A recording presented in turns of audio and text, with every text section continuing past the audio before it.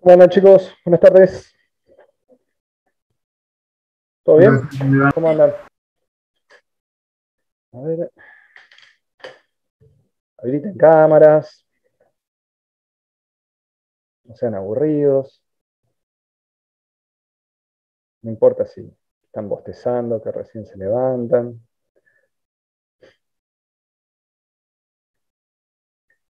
Ok.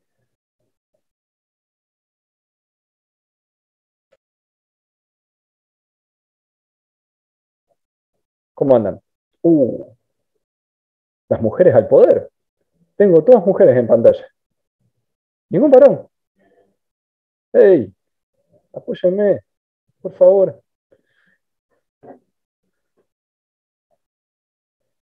Bueno, evidentemente son las más responsables. No podemos criticar eso. A ver, les comparto la pantalla.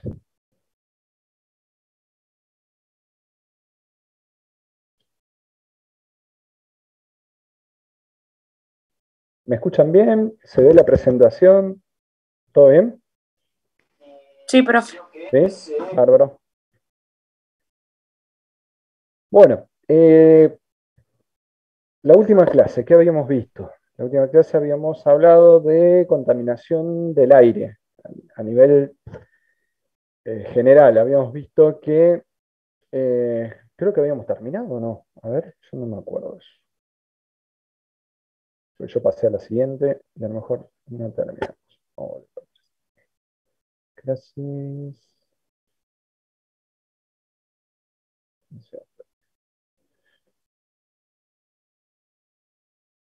Bien, ahí apareció Cristian.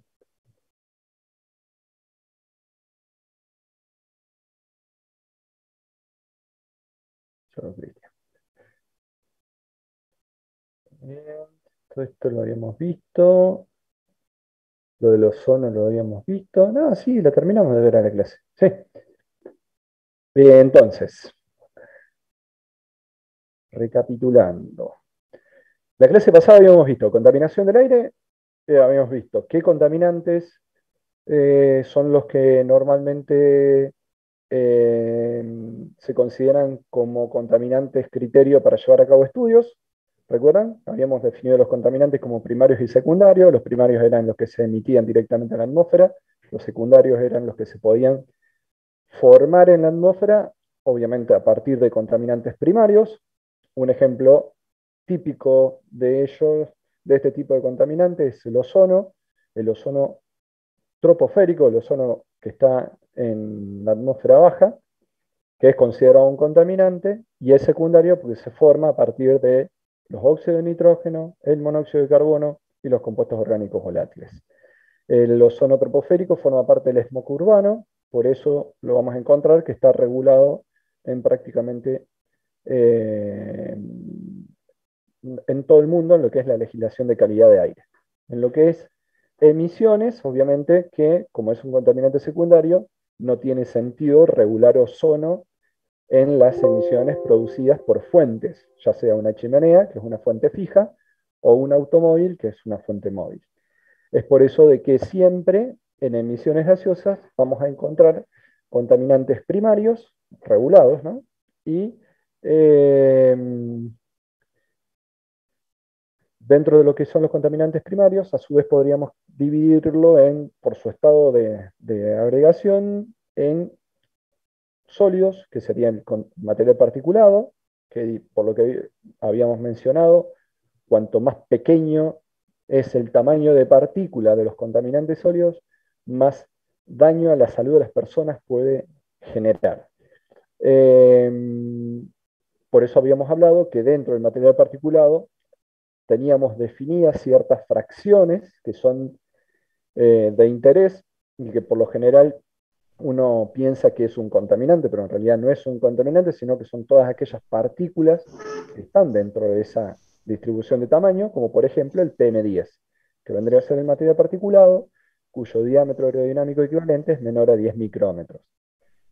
También hoy en día se está legislando lo que es PM2.5, que es un material particulado más fino, ya que el tamaño máximo es 2,5 micrómetros. Eh, ya se han comenzado estudios para regular a futuro el PM1, que es un material particulado bien fino. Y luego de lo que serían los contaminantes que no están en estado sólido, vamos a encontrar los contaminantes en estado gaseoso, que bueno, ahí la cantidad de contaminantes que podemos encontrar es muy diversa. Básicamente siempre arrancamos por lo que serían los gases productos de la combustión, como puede ser el monóxido de carbono, los óxidos de nitrógenos y el dióxido de azufre. Y luego podemos pasar a contaminantes más específicos, o sea, menos comunes, como pueden ser los compuestos orgánicos volátiles y los compuestos orgánicos que no son volátiles, como por ejemplo los agroquímicos. Por más que la mayoría de los agroquímicos son compuestos, moléculas muy grandes, de baja volatilidad, sin embargo algunos de ellos pueden llegar a ser volátiles. Bueno, silenciar muchachos que acá con el asado. Completito, fútbol y asado. Invitada, che, no me deja afuera. ¿Qué otra cosa vimos? Vimos que la mayoría de la contaminación sucede por el aporte del hombre o por fuentes naturales en la atmósfera baja, que es la tropósfera, que es influenciada fuertemente también por los movimientos de las masas de aire, tanto horizontales como verticales.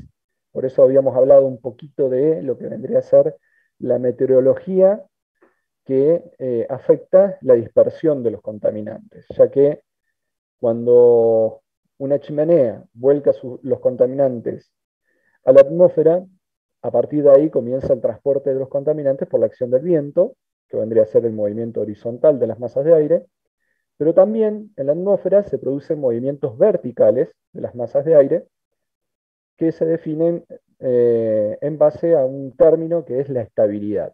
En realidad, lo que uno prefiere es que la atmósfera sea inestable. Eso implica que hay un buen mezclado, una buena turbulencia dentro de la atmósfera y por lo tanto los contaminantes se van a dispersar de manera adecuada.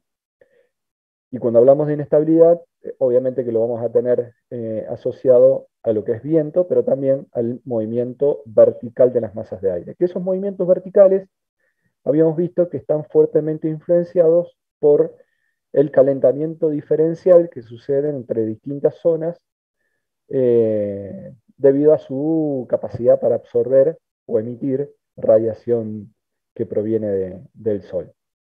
Recuerden que la radiación que proviene del Sol está en todo el espectro de longitud de onda cuando llega a la parte alta de la atmósfera y luego, a medida que empieza a atravesar la atmósfera, comienza a absorber moléculas como el oxígeno y el nitrógeno, las longitudes de onda más pequeñas, que justamente son las más peligrosas para la salud de las personas.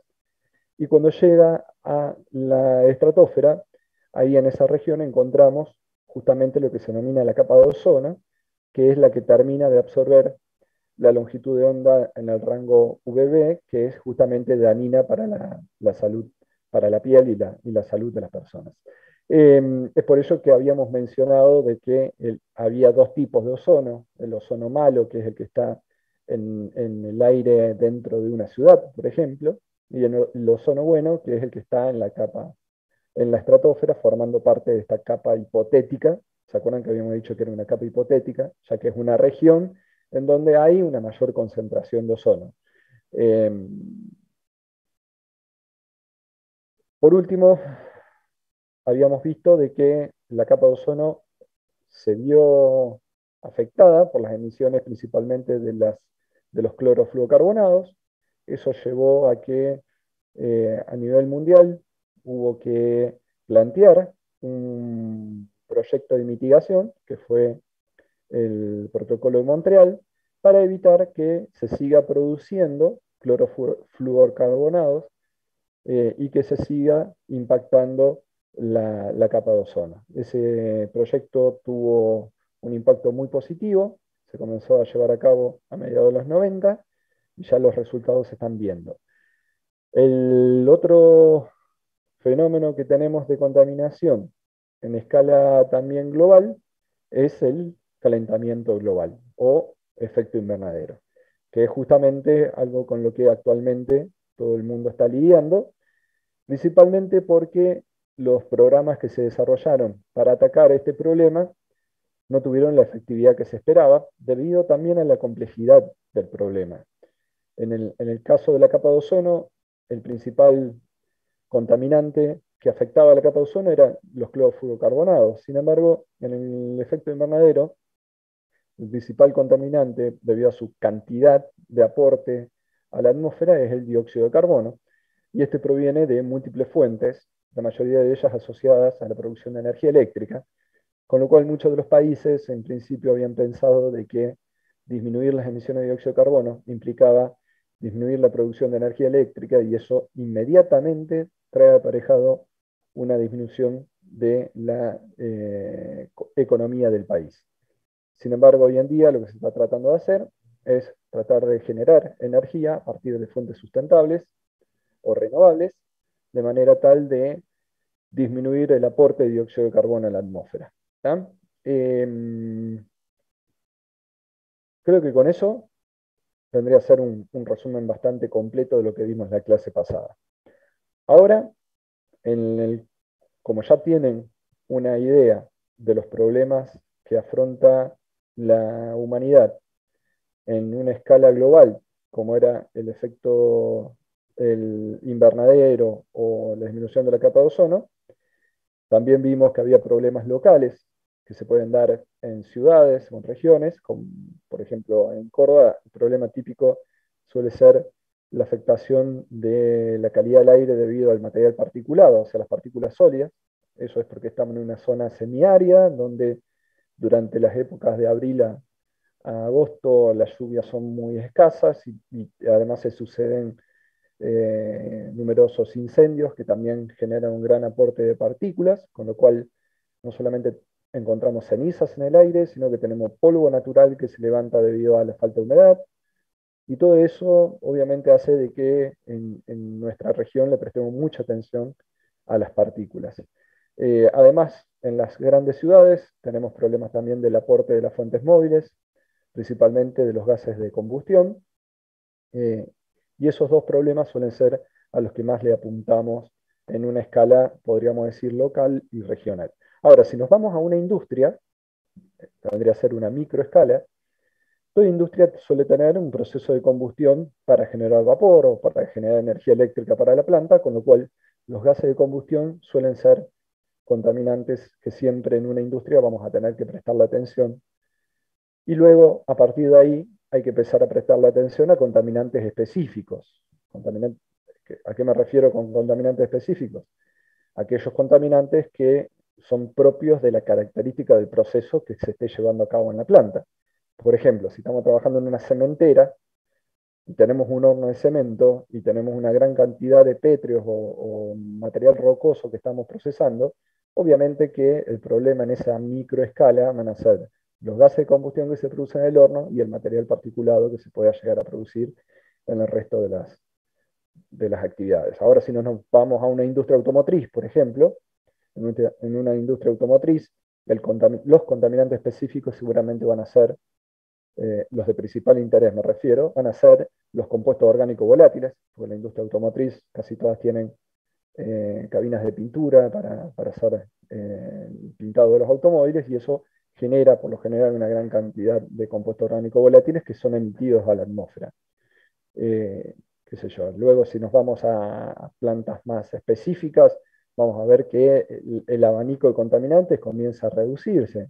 Por ejemplo, el jueves pasado pasó un egresado de nuestro, un muchacho que trabajó también con nosotros acá, que está trabajando en Atanor.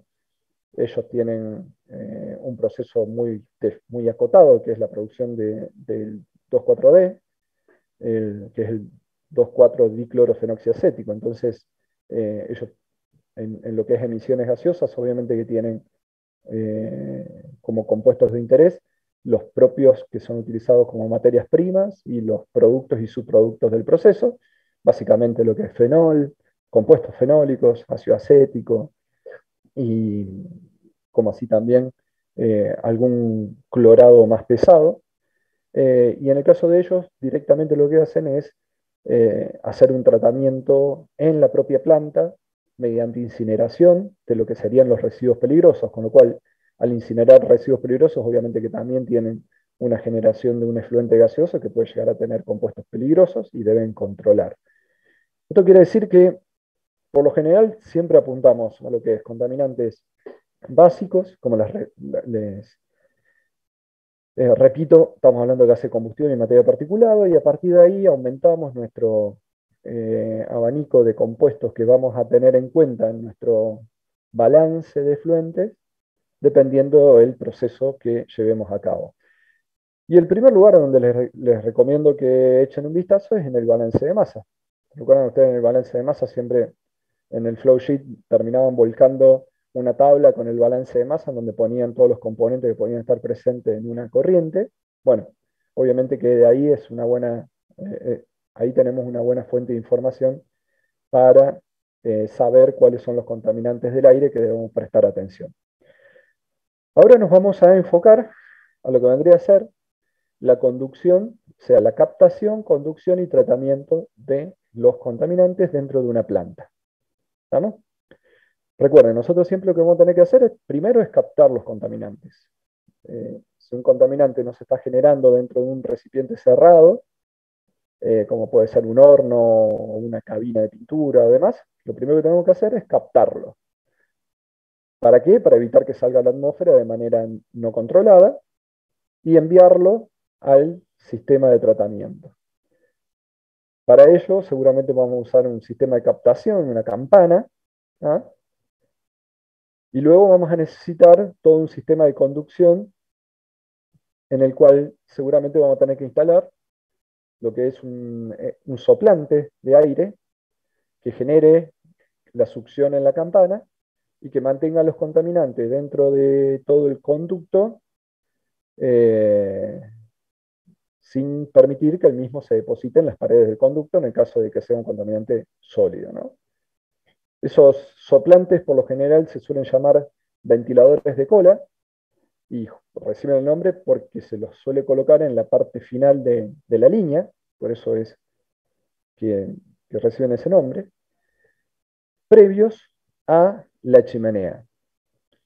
¿Qué función va a cumplir una chimenea dentro de una industria?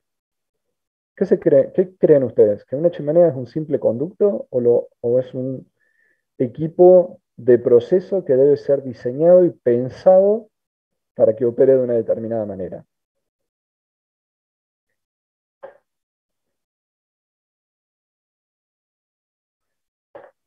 ¿Ni idea? ¿Alguna opción? ¿Alguna, alguna opinión? Y obviamente está pensado para que cumpla alguna función, ¿Cuál sería esa función? eliminar los gases, los contaminantes. Ok, eliminarlos de cualquier forma o eliminarlos como nosotros queremos que se eliminen. O Y sea, eso sería lo ideal. ok. Siempre una chimenea, por empezar, ustedes habrán visto que las chimeneas tienen altura, una altura considerable. Suele ser un conducto vertical que resalta frente al resto por su altura. O sea, uno de afuera suele ver chimeneas por sobre el nivel de la planta, ¿no es cierto?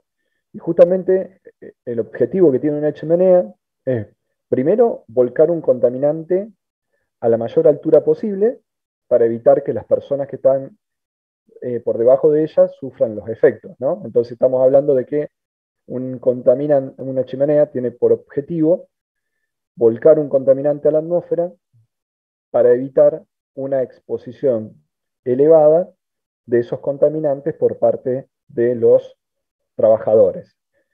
Pero también tenemos que recordar que nosotros no estamos solos en el mundo, sino que una empresa suele estar rodeada de receptores, que son personas que no tienen elementos de protección personal y que viven las 24 horas en su hogar. Por lo tanto, la exposición en ese caso es una exposición que nosotros no podemos controlar, como sí lo podemos hacer adentro de la planta, en el cual le podemos exigir a un operario que se coloque una máscara, por ejemplo, para no estar expuesto a un determinado contaminante. Y es por ello de que la altura de una chimenea se define normalmente en base a el escenario en donde se vaya a instalar. Esto quiere decir que no solamente tenemos que prestarle atención a las características de la planta, sino también a las características del entorno. Y es por eso de que en algunos lugares vamos a necesitar chimeneas de mayor altura y en otros lugares chimeneas de menor altura. Lo que no podemos hacer es decir que, por ejemplo, una multinacional, una empresa que tiene plantas instaladas en todo el mundo, puede usar la misma altura de chimenea para sus procesos, porque sería una locura, ¿no? Una chimenea es un equipo de proceso que debe ser diseñado como tal. ¿Qué busca la chimenea? Busca justamente entonces entregar el contaminante lo más alto posible para que se disperse y el impacto sea con una menor concentración. Sin embargo, obviamente nos vamos a encontrar con limitaciones. O sea, hacer una chimenea demasiado alta seguramente va a requerir de estructuras de soporte que pueden hacer que la chimenea sea un equipo muy caro. En otras ocasiones podemos estar limitados. Por ejemplo, a nosotros nos tocó, trabajamos haciéndole modelado de contaminantes gaseosos a la empresa minera Argentina del Sol, que está instalada en la cordillera a 3.800 metros de altura. Ellos no pueden colocar chimeneas muy altas porque ahí el viento sopla con mucha fuerza. Y obviamente que si la chimenea se empieza a elevar en su altura, corre riesgo de que no resista esos vientos. Entonces, en algunos casos, por más que querramos, estamos limitados también por factores externos. Y obviamente que también el soplante es un equipo de proceso que tiene que ser diseñado de manera adecuada. Principalmente un soplante tiene que cumplir dos funciones. Una es generar la suficiente presión negativa en una campana para garantizar que el contaminante sea captado. Pero por otro lado también tiene que entregar suficiente velocidad de gases a la chimenea para que el gas cuando ingrese dentro de la chimenea también logre ser expulsado con la mayor cantidad de movimiento para evitar que rápidamente el viento lo haga cambiar de dirección y eso genera un impacto en cercanía. ¿Tá? Profe, ¿puede repetir eso? Sí, Lo de la velocidad y... sí. Es justamente el concepto que vamos a ver hoy. Cuando nosotros colocamos una chimenea, decimos que la chimenea queremos que la misma entregue los contaminantes lo más alto posible. Sin embargo, dentro de la chimenea vamos a tener un flujo de gases que cuando atraviesen la chimenea van a desarrollar una velocidad y cuanto mayor velocidad desarrollen, mayor cantidad de movimiento de energía van a tener y cuando salgan de la chimenea, obviamente van a seguir ascendiendo, ya sea por la propia cantidad de movimiento, por la propia cantidad de energía, como así también porque muchas veces los gases adentro de la chimenea son gases calientes, y ustedes saben que los gases calientes tienen menor densidad que los gases fríos. Por lo tanto, un gas caliente flota y por eso tiende a ascender por esa flotación. Esto quiere decir que cuanto mayor velocidad le demos a los gases adentro de la chimenea, mayor dispersión vamos a lograr. ¿Y por qué se debe eso? Porque justamente cuando el gas sale de la chimenea, en su movimiento ascendente empieza a competir con el viento que tiende a cambiarle la dirección a ese gas para que los contaminantes comiencen a tener la dirección del viento que genera el arrastre. Cuanto más alto sea la distancia al suelo en el cual los contaminantes comiencen a moverse de manera horizontal, mayor va a ser la dispersión de los contaminantes. Es por eso que también un soplante tenemos que diseñarlo de manera tal de que entregue la cantidad de energía al fluido, al gas en este caso, adecuada. Tampoco podemos decir de que, bueno, démosles lo máximo posible porque un soplante tiene asociado un motor eléctrico para hacer funcionar el soplante y ese motor eléctrico tiene un consumo de energía eléctrica que seguramente nos va a representar un costo muy elevado en lo que vendría a ser el funcionamiento de ese equipo. Y por lo tanto, no podemos sobredimensionarlo como querramos porque el consumo de energía eléctrica va a ser muy elevado. Ahora, todo esto es movimiento de fluidos gaseosos, de un fluido en estado gaseoso, dentro de un conducto. ¿Ustedes qué vieron en fenómeno de transporte con respecto a esto? ¿Se acuerdan algo? Fenómeno de transporte. BIR, libro naranja, tapa naranja. ¿Ah? ¿Vieron algo? Profe, a mí me quedó ahí picando lo que dijo de la presión positiva. Eh, Presión negativa dentro de la campana. Presión negativa dentro de la campana. Ah, tiene que haber presión negativa. Si no hay presión negativa dentro de la campana, el gas que está por fuera de ella no va a ingresar. Ah, listo, listo. ¿Ah? ¿Qué vimos en fenómeno de transporte? ¿Qué se acuerdan de fenómeno de transporte? A ver, ¿qué les viene? Lo primero que les viene a la cabeza. Fluido laminar. Fluido. Fluidos, laminar y turbulento, ¿no es cierto? Sí, porque nos daban el ejemplo del cigarrillo, por eso me acuerdo. Está bien, pero el laminar lo vieron como un ejemplo de un cigarrillo y en el turbulento todo el resto. También, sí, sí, todo No, el resto, pero el cigarrillo lo hacía en ejemplo general porque a medida que iba subiendo, el humo se iba dispersando cada vez más. bien, pero dentro de lo que es fluidos vimos que había dos regímenes, laminar y turbulento, ¿no es cierto? ¿Sí? ¿Estamos de acuerdo con eso? Según el número de Sí, Reynolds. Según el número de Reynolds, muy bien. 2100 creo que si no recuerdo mal, ¿no? Era el valor límite. ¿Ah? Pero eso Sí, también, 2100, sí, sí. No, lo cambia dentro del Y tiempo, dependiendo. 10.000 creo que para que sea turbulento, puede ser. ok, pero eso dependía también si era un gas o era un líquido. Usted, Sí, creo, si no líquido. recuerdo mal, fenómeno de transporte apunta mucho a lo que era el movimiento de fluidos en cañerías, pero básicamente líquidos en cañerías. Sí. ¿Eh? ¿Cuál es la principal diferencia entre un líquido y un gas? En una cañería, ¿qué se imaginan? O en un recipiente. El volumen que El ocupa. líquido tiene su volumen propio y el gas ocupa todo el volumen. Exacto, eso es una. La otra, viscosidad. la viscosidad. Y otra, la principal diferencia entre ambos. La Fricción. diferente Ah, la atracción entre fricción, la las fricción la tienen partículas. los dos. Uno más que otro, sí, está bien. Perdón, en el chat pusieron fricción. ¿Ah? ¿Cuál es la principal diferencia entre los gases y los líquidos?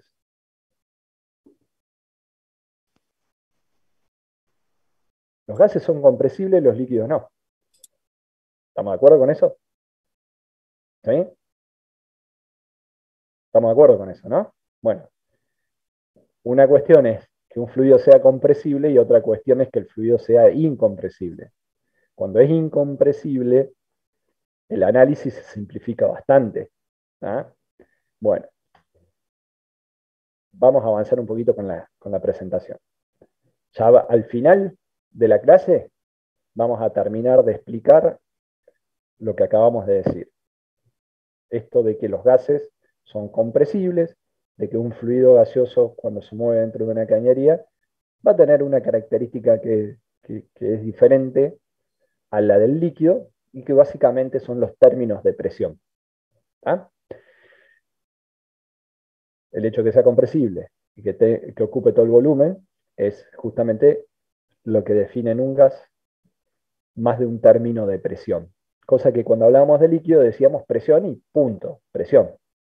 ¿Ah? Ok.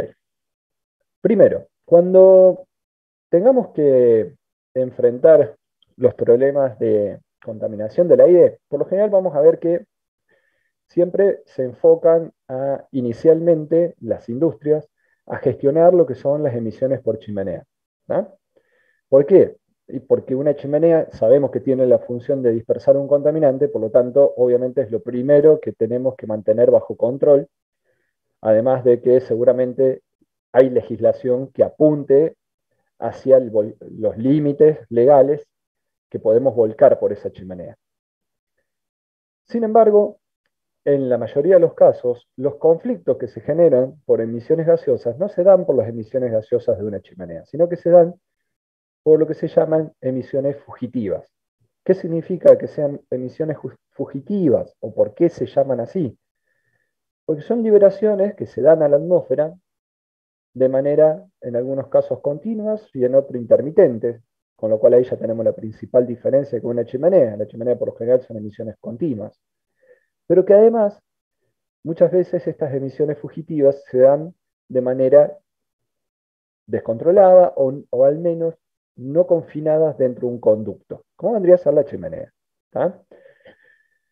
Esto que trae aparejado, que si no se realizan a través de un conducto, por lo general se llevan a cabo a baja altura, o sea, en la superficie, a nivel del suelo o a lo sumo a la altura del techo de un tanque. Y por lo tanto, esa baja altura no permite que los contaminantes se dispersen y obviamente los receptores que perciben esa contaminación lo hacen a una concentración elevada y obviamente pueden llegar a verse impactados en cuanto a su salud.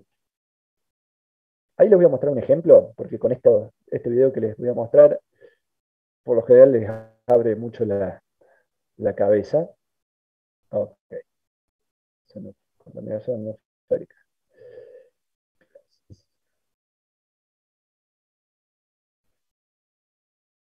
Acá.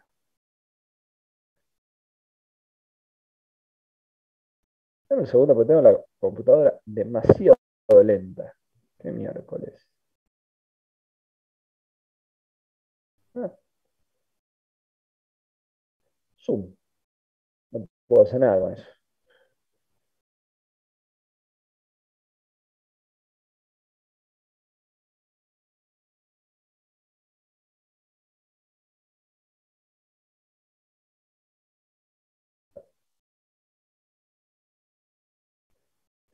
Lo que estamos viendo, están viendo un video, ¿no es cierto? Sí. ¿Sí? ¿Se ve todo cortado Sí, profe. o se ve bien? Porque Está en pausa. se ha puesto demasiado pesada la computadora. Deme un segundo. A ver. Usuarios. Ah, bien. Hay alguien que me está instalando un programa justo ahora en mi computadora. Ese alguien lo conocen ustedes.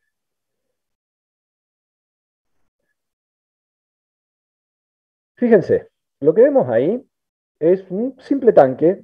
Seguramente ustedes, si están trabajando en una industria, deben pasar al lado de tanques como estos a diario y no le prestan atención.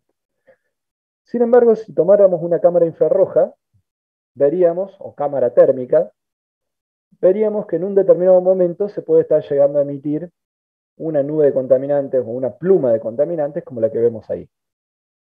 Obviamente que eso va a ser el momento en que el tanque justamente está recuperando su nivel, o sea, se está cargando al tanque y eso hace que se desplacen vapores justamente por esa boca de venteo.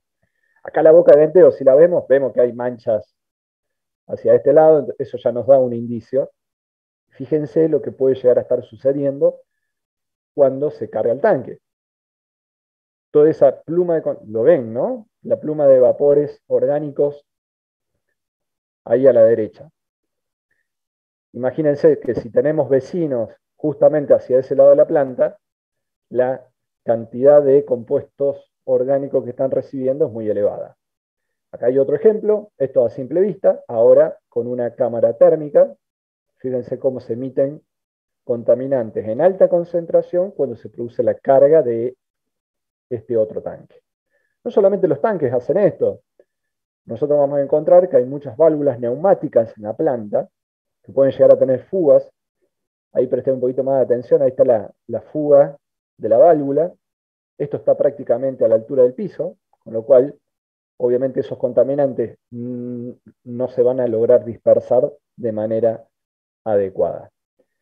Estos problemas son los que normalmente desatan conflictos. Es por eso que por lo general siempre yo lo que les digo es, nosotros sabemos que hay un marco legal, ese marco legal regula emisiones, las emisiones por lo general en la planta cuando se ha diseñado el proceso se trató de que las mismas sean evacuadas por chimeneas, por lo tanto lo primero que tenemos que conocer y mantener y gestionar son las chimeneas, pero luego tenemos que empezar a detectar todo este tipo de emisiones fugitivas que podemos tener en la planta y que seguramente también van a generar un aporte importante a la contaminación del aire. El otro lema que les quiero transmitir es que cuando hablamos de... Dame un segundito, por ahí se me movió un poquito la foto. Vamos más arriba. Ahí está. Ahí quedó más bonita. El otro tema es que, por lo general, el desconocimiento muchas veces nos plantea de que cuando nos preguntan cuánto contaminante queremos emitir a la atmósfera, lo primero que se nos venga a la cabeza es nada, ¿no?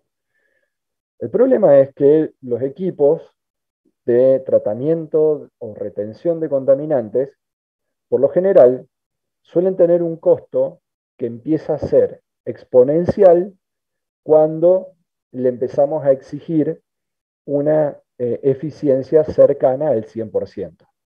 O sea, los equipos por lo general podemos exigirle hasta un 99,5%, 99,9%, pero ya en ese rango el costo del equipo comienza a elevarse muchísimo, porque para poder mejorar esos pequeños gaps de eficiencia, el equipo requiere grandes mejoras.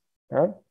Es por eso que no podemos caer en la tentación de decir 100% de eficiencia de retención de un contaminante, y es ahí donde tenemos que tomar una decisión que no es fácil de hacer, que es justamente la de definir la eficiencia de retención del equipo. La eficiencia de retención vendría a estar dada por la cantidad que entra menos la cantidad que sale sobre la cantidad que entra, ¿no? Como cualquier equipo de separación que querramos definirle una eficiencia.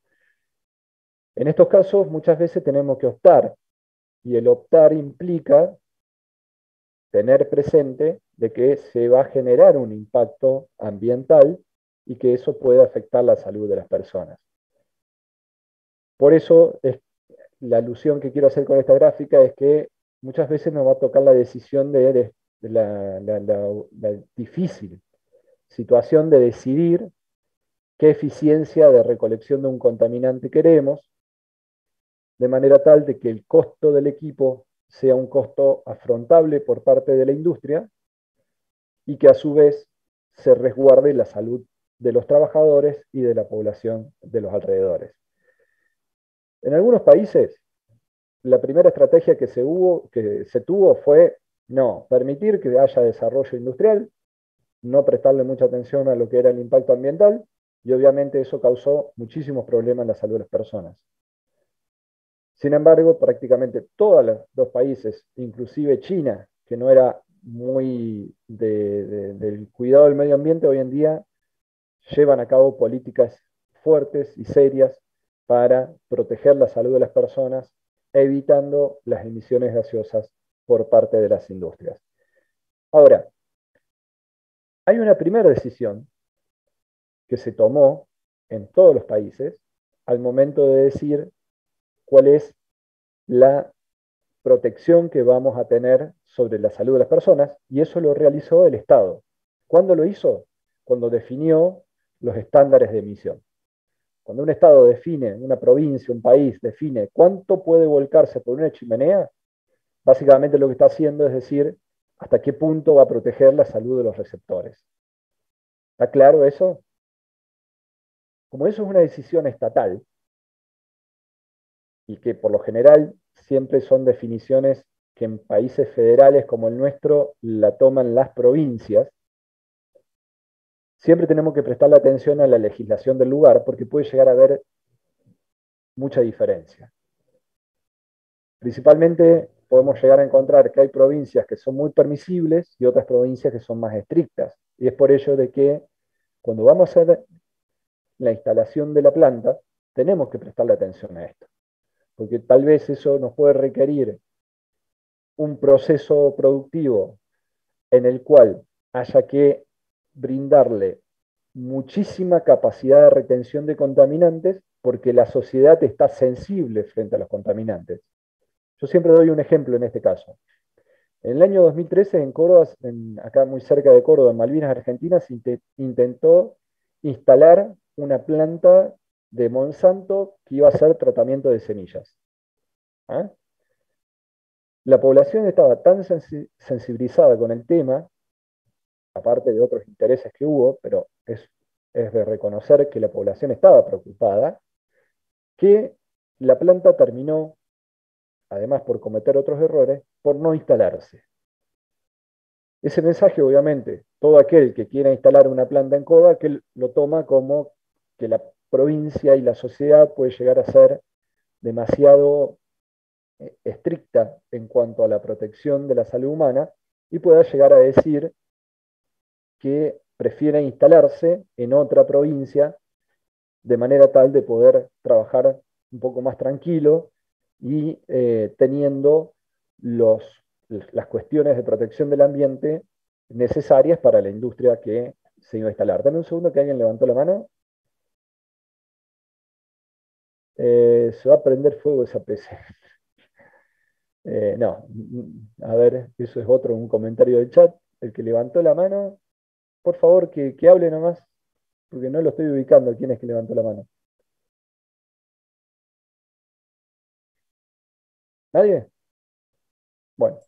No sé, profe, yo no levanté, pero ahora se me ocurre que si, por ejemplo, uno decide ir a un lugar donde tenga una legislación más light en ese sentido, y, y después tiene que tener también en cuenta que puede cambiar esa legislación y después tenés que reformar un montón de partes del proceso. ¿Eso Exacto, se y tiene en más de cuenta? todo, sí, más de todo en Argentina, en donde la legislación cambia de un día para otro. La última legislación de aire en Buenos Aires, provincia de Buenos Aires, siguió los lineamientos que hay a nivel internacional, a nivel mundial, en donde cuando se publicó la legislación, lo que se le hace también es definir distintos niveles de protección y se le da tiempo a la sociedad, a la industria, para que se adecue. Entonces te dicen, mira, si tu valor legal hoy era 250, vamos a querer que dentro de 4 años llegues a 150, pero te doy 4 años para que vos puedas hacer el cambio. En Córdoba se pasó de no tener legislación a tener una legislación en el año 2017 en la cual directamente los estándares empezaron a ser obligatorios para el cumplimiento inmediato después de la publicación. ¿Qué quiere decir esto? Que no se le dio tiempo a la industria para decir, che, si vos estás acá, te damos un tiempo para que te adecúes. Es decir, que ese cambio fue muy brusco y eso es muy malo para la industria, un muy mal mensaje para la industria, como así también para la sociedad, ¿no? Porque afecta a todo. Y no debería ser la manera adecuada. Y además siento como que genera rechazo también a lo que es el medio ambiente, que debería ser como algo positivo, y la gente termina, o sea, se Mirá, empieza a poner hay como un algo que caos. me mostró la, la parte, mi vida profesional sería, ¿no? Que es, cuando una legislación es demasiado estricta, nadie la cumple y ni la autoridad de aplicación se preocupa porque se cumpla, porque sabe que nadie la cumple. Entonces, si sale a clausurar, tiene que clausurar a todos. ¿Ah? Eso es lo peor que puede suceder. ¿Y cuándo suceden estas cosas? Cuando la legislación se elabora copiando estándares de otro lado y desconociendo lo que sucede en nuestro país. ¿Ah? Por ejemplo, nosotros en aire se copió los estándares de Estados Unidos. Ok. Ahora, la tecnología de nuestras industrias es la misma que la tecnología en Estados Unidos. Eso está claro que no. Son países en dos niveles o dos realidades económicas, sociales e industriales totalmente diferentes. Estamos hablando de un país de primer mundo con un país que no alcanza vía desarrollo, ¿tá? Pues nos bajaron hace poquito de categoría. ¿Tá? Entonces, ¿Cómo pretendes después que nuestra industria logre exportar, nuestro país tenga un desarrollo económico, si la presión que tenés en cuanto a las emisiones de los contaminantes es igual o mayor que la que puede llegar a tener alguien en el primer mundo? Entonces, ¿cómo haces para competir dentro de ese marco? Es muy, muy difícil. Sin embargo, esto no significa que no deba controlarse. El tema es que el control gradual siempre es mejor que el control abrupto, ¿no?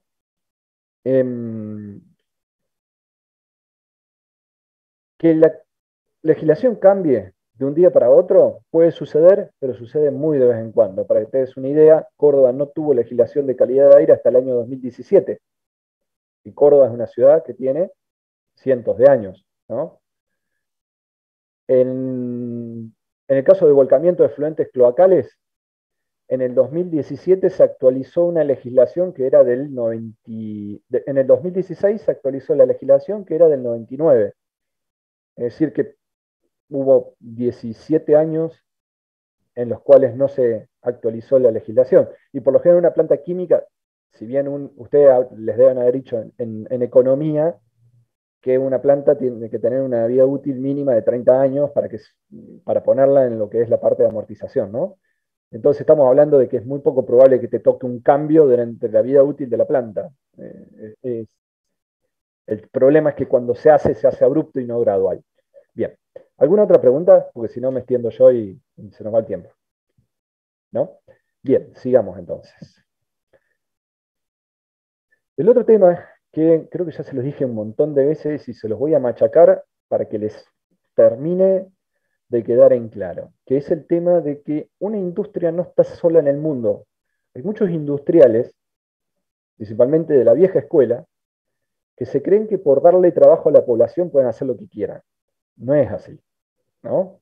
Recuerden, una industria necesita de la sociedad para poder venderle los productos y la sociedad necesita la industria para poder tener un nivel de calidad de vida aceptable. Entonces, es una simbiosis, ambos se necesitan. Por lo tanto, ninguno de los dos puede atropellar al otro en cuanto a sus derechos. Así como un industrial no puede pasar por encima del derecho a gozar de un ambiente sano dado por la Constitución Nacional, un ciudadano no puede pasar por encima de un industrial diciéndole que no quiere que se instale una planta en un determinado lugar, por más que en ese lugar está permitido que las plantas se instalen, que es algo muy común. ¿Ya? Y es ahí donde el Estado tiene que entrar, lidiar y llegar a un acuerdo. De todas maneras, siempre es factible llegar a un acuerdo de una manera relativamente sencilla si no existe un conflicto previo.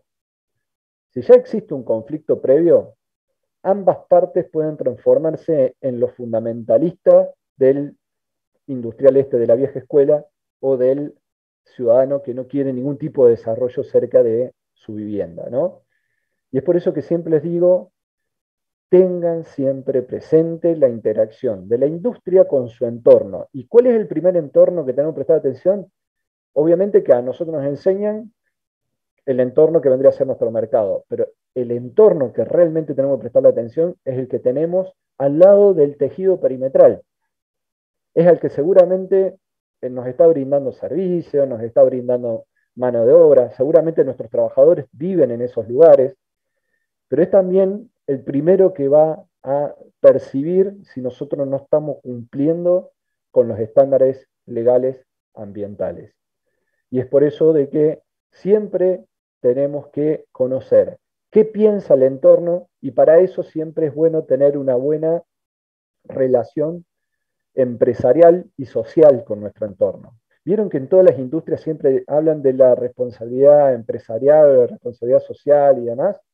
Bueno, eso no tiene que significar solamente ir y llevarle comida a los comedores o ir a una escuela a regalarle algo a los chicos, ¿no? Significa tener comunicación con el entorno. Esa comunicación con el entorno muchas veces puede evitar que se desarrolle un conflicto por una mala comunicación. Y por otro lado, todos sabemos que si la empresa no se abre hacia la sociedad puede empezar a sospechar que dentro de la empresa o de la planta sucede algo extraño. Imagínense Les repito, nosotros vemos una torre de destilación y sabemos que es una torre de destilación porque hace 5 años que nos están hablando de torre de destilación. Pero si vamos a una persona que vive al lado de una planta que no tiene formación ingenieril, a una torre de destilación la puede estar viendo como el cohete de Elon Musk a punto de salir. O sea, puede pensar que es cualquier cosa. Imagínense que si de ese equipo observa que emanan vapores o que hace ruido o que salen partículas al ambiente. Puede llegar a pensar que eso es directamente un monstruo que lo está atacando directamente a su salud, ¿no? Y eso es justamente lo que tenemos que evitar. Una empresa abierta, que muestre lo que hace, que invite a los vecinos, que de paso le muestre cuál es el impacto, el derrame social que tiene la actividad industrial, pero siempre con una mentalidad de apertura, no de cierre. Lo peor que puede hacer una empresa es cerrarse en sí mismo, evitar la comunicación con el vecino, porque es ahí donde comienza a generarse esos movimientos que después no se frenan. Son muy difíciles de frenar. A todos nos gustaría entrar a la planta y hacer nuestro trabajo de ingeniero, ¿no es cierto? Si son jefe de planta, imagínense. ¿A usted le gustaría estar lidiando con los problemas del proceso, con aumentar la eficiencia del proceso y no tener que estar explicándole todos los días a doña Rosa de que lo que está haciendo la torre de destilación es separar compuesto y no le está enviando ningún compuesto venenoso al patio de su casa? Imagínense lo desgastante psicológicamente que es eso. Entonces, háganme caso, sean vagabundos, recorran, conozcan el entorno, hablen con la gente de la planta que se dedica a eso. Todas las industrias hoy en día tienen gente que se dedican a esto. Sean totalmente abiertos al mismo. En lo que respecta específicamente a contaminación del aire, el entorno más amenazado por algún problema que se nos pueda generar en la planta, obviamente que va a estar señalado por la dirección típica de los vientos en la zona. Si nosotros recién dijimos que los vientos son los que dispersan los contaminantes y sabemos que en Córdoba la dirección típica de los vientos, como vemos acá, es del nor-noreste, obviamente que el principal entorno amenazado va a ser aquel que esté ubicado hacia el sur-suroeste. ¿Se entiende? Conocen lo que es la rosa de los vientos, ¿no? Es lo que en la secundaria les ponían ahí en el mapa, ¿se acuerdan? Indicando el norte. Bueno, eso desde el punto de vista de su función completa, del rosa de vientos, se utiliza también para indicar cuál es la dirección del viento más frecuente desde donde sopla el viento y con qué velocidad lo puede llegar a hacer, que en este caso no está marcada. Pero muchas veces, además de la dirección, también se indica la velocidad. ¿Y por qué es importante eso? Porque si es una zona de donde se sopla fuerte el viento, podemos saber que la zona donde se va a generar el impacto en los alrededores puede llegar a ser una zona un poco más, mucho más amplia de lo que pensábamos por ese gran arrastre que puede tener un viento con elevada velocidad. ¿Está claro esto? ¿Sí? Sí, está claro. Entonces, pero en realidad, ¿conviene que sea alta la velocidad del viento? Porque uno piensa por ahí, si es hablando de dispersión, por ahí tenés más dispersión, entonces es menor la concentración. Pero si tenés alta velocidad, capaz que como decías recién, es como que abarca mayor la zona que se ve como desfavorecida. Bien. De nuevo, el viento es uno de los factores que influyen en la dispersión. Pero hay otros factores, como por ejemplo la velocidad de los gases adentro de la chimenea, la altura de la chimenea. Entonces, y también la posición de otras estructuras al frente de la chimenea. Si vos tenés una chimenea, hacé de cuenta que esta lapicera es una chimenea, ¿no? Y enfrente de la chimenea tenés un edificio que está con esta, hacé de cuenta que esto es el edificio, y el viento sopla justo del lado que viene el edificio, por más, si tiene alta velocidad, ahí lo único que va a hacer es generar una zona de baja presión atrás del edificio, y todo lo que salga de la chimenea va a quedar concentrado en esa zona de baja presión. Entonces, hay muchos factores que hay que tener en cuenta, y por eso uno no puede establecer una regla general para cada uno de ellos. ¿Ah? Bien. Sí, se entendió. Dale, seguimos.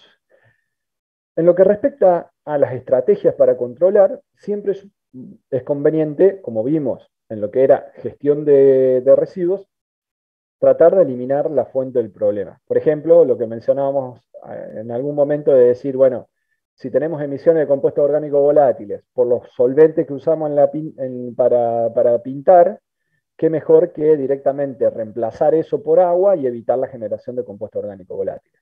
¿Tá? Entonces, siempre ir a la fuente y eliminar el problema es lo primero que debemos intentar hacer. Luego podemos empezar a, en base a nuestro conocimiento ingenieril, manipular la fuente, el funcionamiento de la fuente.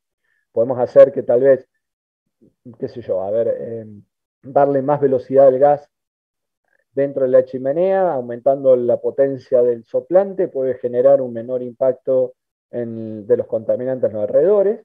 ¿Tá?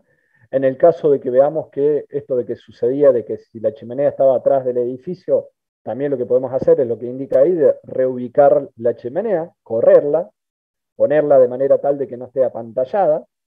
¿Ah? Y si no podemos, ya hemos intentado eso, y no podemos hacerlo, no nos queda otra más que seleccionar un sistema de control de emisiones gaseosas. El sistema de control de emisiones gaseosas no va a ser más que una operación de separación de las que ya vimos en toda la carrera. Si es una partícula que está siendo arrastrada, podemos emplear cualquier separador sólido-gas que vimos en la carrera, ciclón, filtro y demás. Si es un compuesto en fase vapor, podemos usar la absorción que pueden haber visto en operaciones unitarias 2, ¿ah? O ya sea una absorción sobre un sólido, que tal eso lo pueden complementar con los conocimientos que vieron en catalizadores, ¿cómo es que se llama la materia de quinto? Nanotecnología. Nanotecnología. ¿Ah? Si lo quieren, si al contaminante dicen, no, mira, yo en lugar de retenerlo, lo que voy a hacer es lo voy a destruir. Bueno, puedo usar la combustión que ustedes ya vieron en un montón de materias como termodinámica, como tecnología de la energía térmica, etc. ¿Tá? Es decir, que lo que vamos a hacer es el uso de las operaciones unitarias, la ingeniería, para evitar que el contaminante salga a la atmósfera. ¿Tá? Ahora, acá empieza a influir el tema de que los gases no se comportan exactamente como los líquidos, y es por eso que vamos a empezar a reacomodar un poco las ideas. ¿Tá? ¿Se acuerdan ustedes en termodinámica vieron gases reales y gases ideales? ¿Se acuerdan? Si tienen que elegir con uno de ellos, ¿con cuál prefieren trabajar? Ideales, no. Ideales, Claro, sin por lugar la a dudas, sensación. ¿o no? Bueno, dadas las condiciones en las cuales trabajamos en el área de la ingeniería ambiental, casi siempre vamos a estar trabajando en condiciones que no se desvían mucho de la idealidad, y por lo tanto aplicamos la ecuación de los gases ideales. ¿Tá? ¿Se acuerdan, no? P por B en RT. ¿Tá? Ahora bien, ¿qué es T? Es la temperatura. Cuando hablamos de temperatura, tenemos que usar grados centígrados o grados Kelvin en una ecuación de gases ideales. ¿Qué les dijo Fonseca en eso? Kelvin, ¿Por qué? Porque son grados por absolutos, la escala constante absoluta. R. No, Claro. el R lo podés modificar, pero ahí Agustín me parece que dijo algo. Es una escala absoluta, si usás grados Exacto, centígrados. exacto.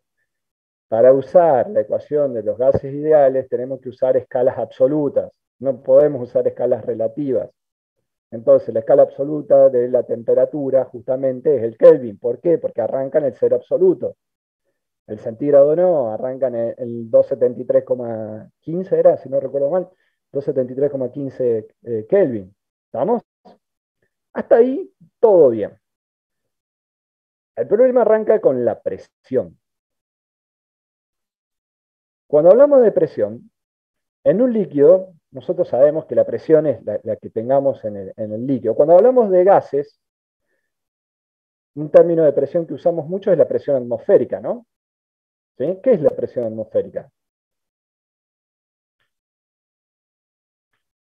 Técnicamente es la presión que ejerce la columna de aire que está por encima de un punto o algo así. Sí, técnicamente no. Estamos en ingeniería química, la definición de presión atmosférica es esa, la presión que ejerce la columna de aire que tenemos por encima de la unidad de superficie que estemos evaluando. ¿Estamos de acuerdo con eso? O sea, ¿qué siento yo como presión atmosférica? La columna de aire que tengo encima. Si me voy a la punta de la Concagua, voy a sentir menos presión. ¿Por qué? Porque tengo menos columna de aire encima mío. ¿Estamos de acuerdo con eso? ¿Sí? Además, yo les dije de que la gran cantidad de aire la tenemos en los pocos kilómetros dentro de la troposfera. Es decir, que si ahí hay una gran masa de aire, los cambios de presión son bien marcados, ¿no? Con la altura. ¿La presión atmosférica en Buenos Aires es la misma que en Córdoba? No. Buenos Aires está a No. nivel del mar, Córdoba está a 400 metros sobre el nivel del mar. Obviamente la presión no va a ser la misma. ¿Estamos? Eso es otra cuestión que también siempre tenemos que tener presente cuando diseñamos un proceso. No es lo mismo diseñar un proceso para que se instale en Buenos Aires, una central, imagínense una central térmica ubicada, la central Puerto, que está ahí en la costanera, ahí en Buenos Aires, cerca de Retiro. ¿Ustedes creen que el equipo que está ahí generando energía eléctrica debería estar configurado para esa zona o para cualquier lugar? Imagínense si ese equipo lo llevamos a la cordillera de los Andes, en esta minera que les dije que está a 3.800 metros de altura. Obviamente que la regulación va a ser diferente. ¿Se entiende? ¿Sí? Ahora bien, la presión. ¿Con qué se mide la presión? ¿Con qué equipo medimos Manómetro, la presión en barómetro. atmosférica? Un barómetro. Barómetro. Un barómetro. Un barómetro es esto que vemos acá, ¿no? Es un tubo que está sellado de un lado y abierto del otro, en el cual tenemos un fluido que por lo general es mercurio, por eso viene la unidad de milímetros de columna de mercurio. ¿Ah? Y obviamente del lado sellado lo que tenemos es vacío. Esto implica que el mercurio asciende dentro del tubo debido a la presión que ejerce la atmósfera sobre el nivel del líquido del plato abierto que tenemos en la parte de abajo. ¿Está? ¿Estamos de acuerdo con eso?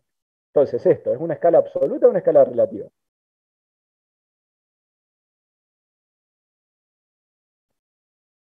Y es Relativa.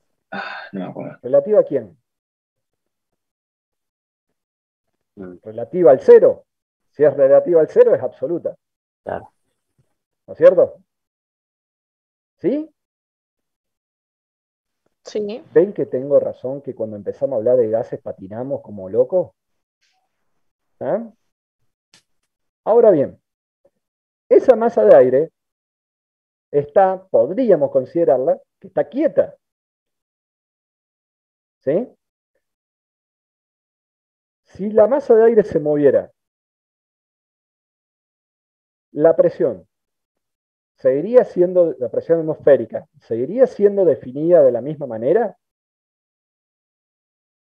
Es decir, que la presión ejercida por la columna de aire que tenemos encima de nosotros Sí. y el movimiento no implicaría un aumento de la presión. Sí. Sí. Si ustedes se paran y tienen poco viento de frente un día, en un determinado momento, van a sentir que sobre el pecho y la espalda van a tener más o menos la misma presión. Ahora, si el viento sopla fuerte, ¿no sienten como que el viento los tira para atrás? ¿Sí? Entonces el movimiento genera presión. Eso no me lo pueden negar. Es por eso que cuando hablamos de presión en gases, que dijimos que ocupan todo el volumen, y eso ya genera una presión, ¿ah? La cantidad genera una presión, tenemos que tener en cuenta que dentro del término presión, en realidad lo podemos dividir en dos términos. La presión estática, que vendría a ser asociada a esto que dijeron en un momento de que ocupa todo el volumen, el gas, ¿ah? Y la presión dinámica, que está asociada a la velocidad del gas. ¿Me siguen hasta ahí? O sea que la presión total que ejerce un gas va a estar dada por la presión estática, es decir, por la cantidad de gas que tenemos en ese punto, más la presión dinámica, que va a estar asociada a la cantidad de movimiento con la cual venga el gas, es decir, con la velocidad del gas. ¿Estamos de acuerdo con eso? ¿O sí? ¿O no, digo? Sí, profe, pero ahí me confunde que puede ser el viento que esté en otra dirección, no, digamos, ejerciendo presión sobre, digamos, en sentido de la gravedad, Bien. por así decirlo. Si nosotros estamos en Córdoba y estamos a 400 metros, no nos movemos de estos 400 metros, ¿por qué en un día tenemos más presión y otro día tenemos menos presión atmosférica? Y, o sea, por el viento, como que el viento, como que si Es fuera que porque mueve el aire en otro sentido. recuerden que lo que les expliqué el otro día, esas masas de aire que ascienden porque se calentaron por estar en contra de la superficie, genera que otras masas de aire desciendan. Es por eso de que se generan en el planeta zonas de baja y alta presión. A ver, ahí se los muestro, así lo ven. Es más, creo que... sí, esto va a estar divertido. A ver si terminaron de instalarme el programa, porque si no, esto se va a poner muy pesado. Sí, ya está más livianito. Vamos a...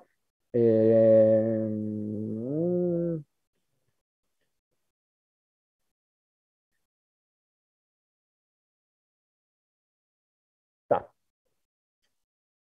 Vamos a cambiar de vista. Vamos a pasar a la... Creo que era la... No.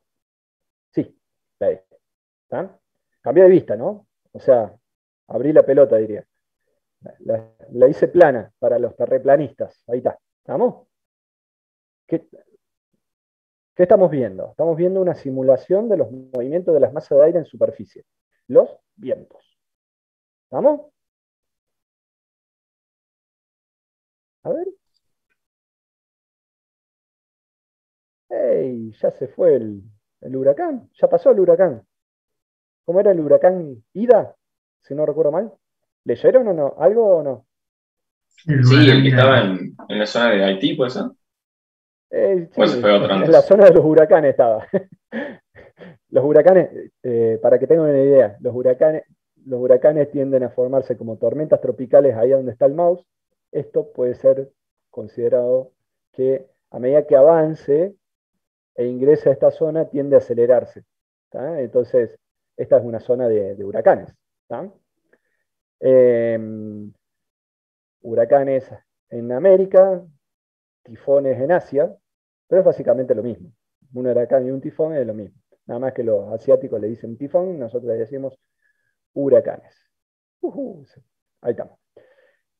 Ahora bien, si nos vamos más arriba a la atmósfera, por ejemplo, 500 hectopascales, vemos que las masas de aire tienden a moverse ya en direcciones relativamente estables. Y si nos acercamos, si nos vamos bien arriba en la atmósfera, vemos que eso ya directamente, el efecto de la superficie desaparece y esto de los calentamientos diferenciales del terreno ya no lo vemos, no lo vemos como un efecto. Si volvemos a bajar en la atmósfera,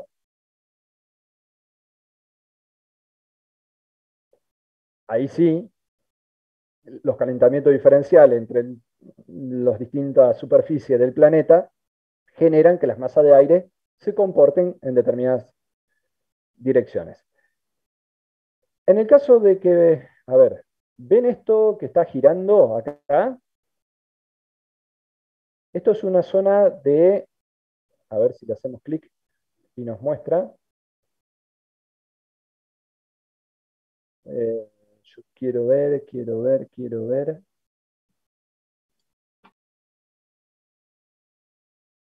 Sí, está bien. Win. ¿Se acuerdan del capítulo de Los Simpsons, donde tiraba la cadena en Australia y Bart le hablaba por teléfono que estaba en Estados Unidos y giraba al Sí. revés? ¿Sí? Sí. La clase pasada habló algo respecto a eso. Bueno, ¿por qué sucedía eso?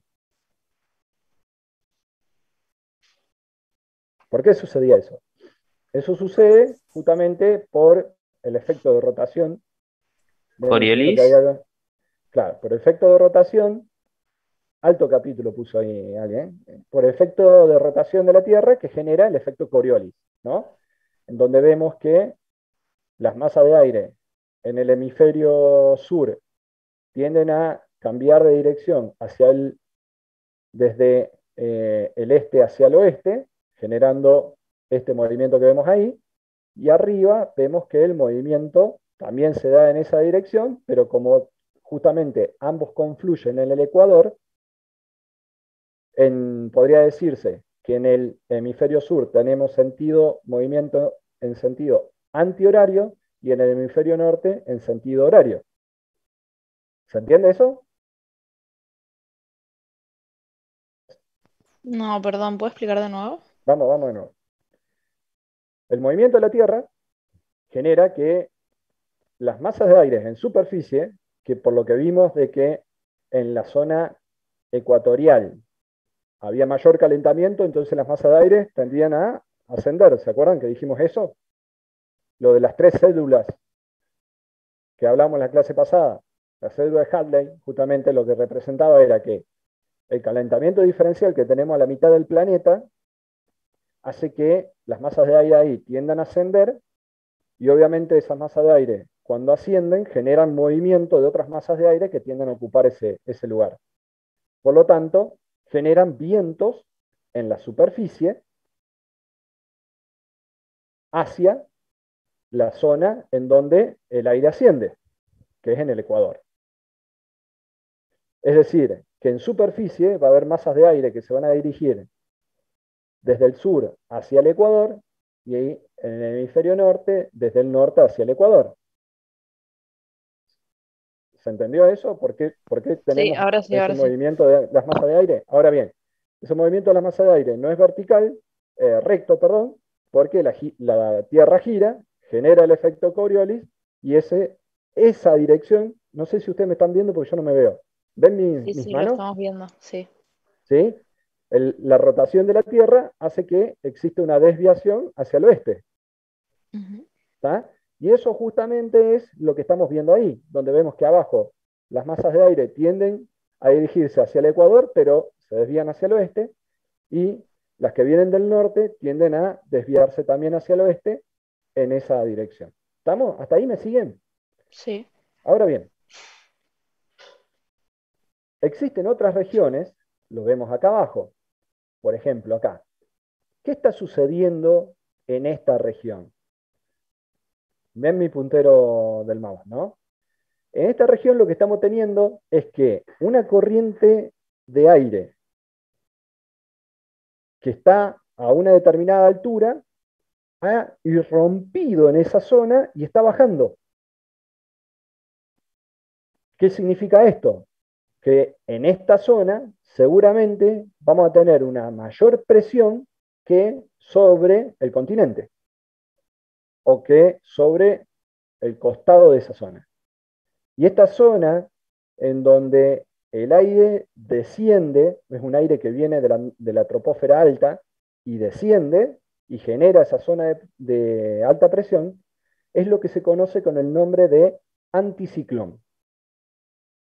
¿Escucharon hablar alguna vez de los ciclones y anticiclones? Sí. Sí, hace mucho en el colegio. En el colegio. Bueno, justamente en este anticiclón vamos a tener, como les decía, mayor presión que al costado. Y esto se da justamente porque ahí está descendiendo una mayor cantidad de aire que a los costados, por lo tanto podemos inferir que hay una cierta velocidad descendente del aire. Y es por eso que tenemos los cambios de presión. ¿Tá? Si nos vamos a una foto satelital, por ejemplo,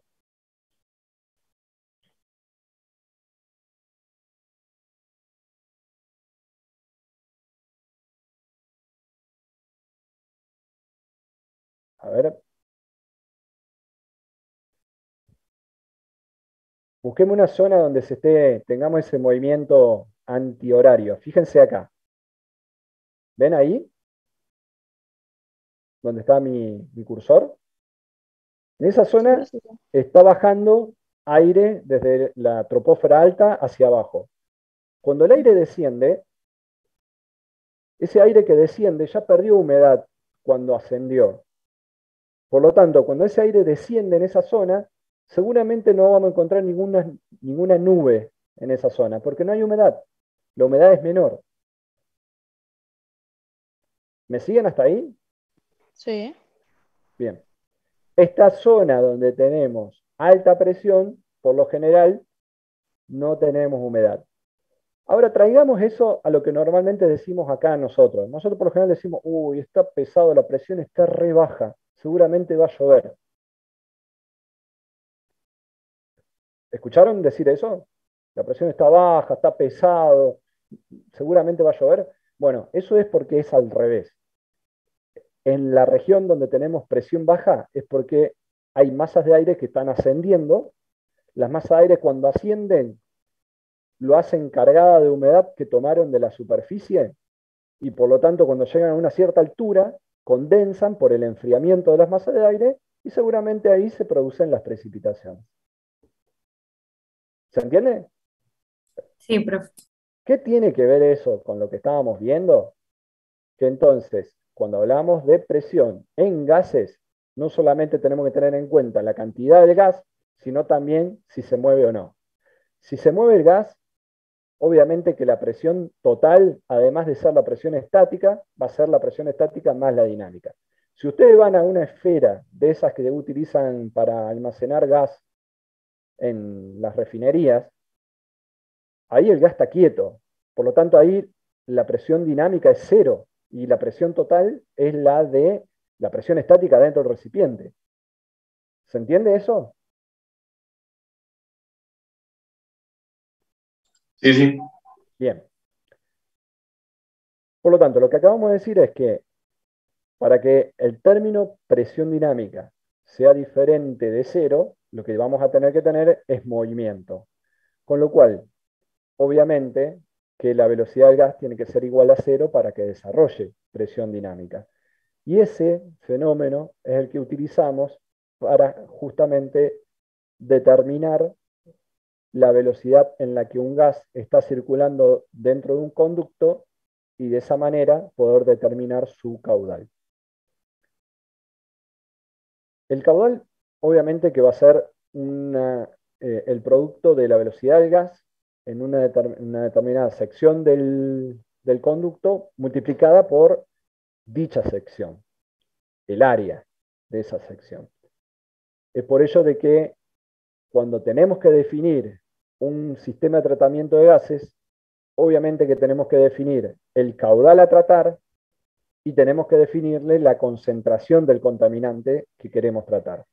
Es por ello que siempre las dos variables que queremos determinar cuando hablamos de emisiones gaseosas es el caudal volumétrico del gas multiplicado por la concentración del gas. ¿Esto ya lo hablamos en la clase pasada o no? No me acuerdo. Caudal volumétrico de gas, ¿qué es? Metro cúbico por segundo y concentración es miligramos por metro cúbico. ¿Qué vamos a obtener como resultado? Los miligramos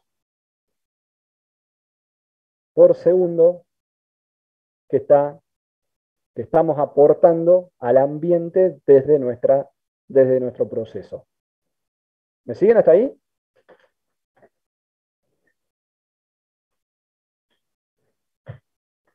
Sí. ¿Sí? Miércoles, apagaron las cámaras. No sé si están vivos, ¿no? Vamos ahí. Tengo solo 4 cámaras.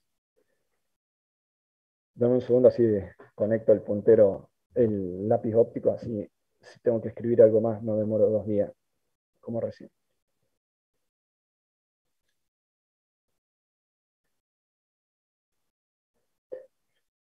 Bien. ¿Cómo medimos la velocidad de un gas en un conducto? ¿Ya hicieron control automático ustedes? Un tubo pitot. Vos haces trampa. Vos no podés hablar. Hace 2 semanas que estás estudiando eso. ¿Qué se le ocurre? Perdón, profe, ¿puede repetir cómo Ahí vamos. medimos? ¿Cómo medimos la velocidad de un gas en un conducto? ¿Alguna idea? ¿No? No me respondieron si ya hicieron control automático. Sí, hicimos ¿Lo hicieron? el semestre pasado. Bien. Claro, porque es primer cuatrimestre. ¿Qué vieron ahí? ¿Vieron cómo medir nivel? ¿Cómo medir nivel en un tanque, por ejemplo? Claro, sí, vimos cómo medir el nivel, cómo setear un valor determinado para controlar presión o temperatura, pero para medir la velocidad, o sea, me acuerdo que poníamos válvulas para que se escape, digamos, la presión del fluido. Pero esas eran válvulas de seguridad. Igual vimos varios equipos para medir velocidad, algo del ultrasónico, no sé si el rotámetro o los de turbina Muy también. bien. Ahí está. ¿Quién fue la que habló? Yo no sé si. Luciana. Luciana. Bien. Tiene razón, Luciana. Deben haber visto lo que eran rotámetros y demás. El problema de que, los rotámetros suelen ser de plástico, paletas plásticas, y si lo colocan adentro de un fluido que está caliente, ya el rotámetro, ¿no? Y por otro lado, el rotámetro que se utiliza para medir la velocidad debería tener el mismo diámetro del conducto en el cual lo vamos a usar, para garantizar que todo el fluido atraviesa el rotámetro, si estamos hablando de un rotámetro de paletas. ¿Sí? ¿Me siguen hasta ahí? Es por eso de que cuando hablamos de fluidos industriales, la mayoría de las veces la velocidad de un fluido la medimos con un elemento más robusto que aplica el principio de Bernoulli para determinar la velocidad. ¿Ah? En ese caso lo que estamos hablando es un tubo de pitot. El tubo de pitot es como este que vemos acá. ¿Llegan a verlo? ¿Sí? Sí, ¿Se ven ahí las perforaciones, los puntitos negros a esa altura?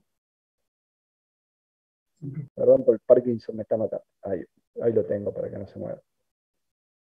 ¿Llegan a ver los puntitos negros? Bien. Esos puntitos negros están ubicados en esa posición porque dentro del tubo, en realidad tenemos 2 tubos. Hay 2 tubos concéntricos, ¿no? Eso lo estamos viendo, en realidad no lo estamos viendo físicamente, lo estamos apreciando porque a la salida tenemos, fíjense, 2 líneas.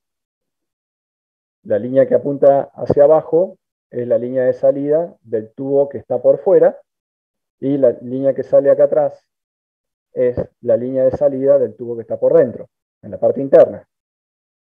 ¿Sí? El tubo que está por dentro es el que se desplaza hasta la boca, hasta la punta acá. Se llega a ver ahí que hay una perforación. Es decir, que el tubo que está por fuera está sellado acá en la punta y solamente está abierto en estas perforaciones que vimos antes. ¿Me siguen hasta ahí? ¿Sí? Esto se llama tubo de pitot estándar o tipo S. Perdón, tubo de pitot estándar. Existe otro tipo, que es el tipo S, que ahí se los muestro.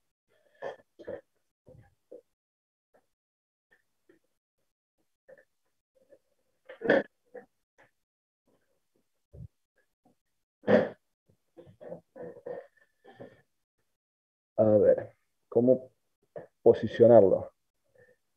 ¿Llegan a ver estas 2 ramas? Ahí. Sí, sí. sí, Porque hay un tubo, justamente el tubo este que está atrás es la termocupla, y ya van a ver por qué es importante tener la medición de temperatura.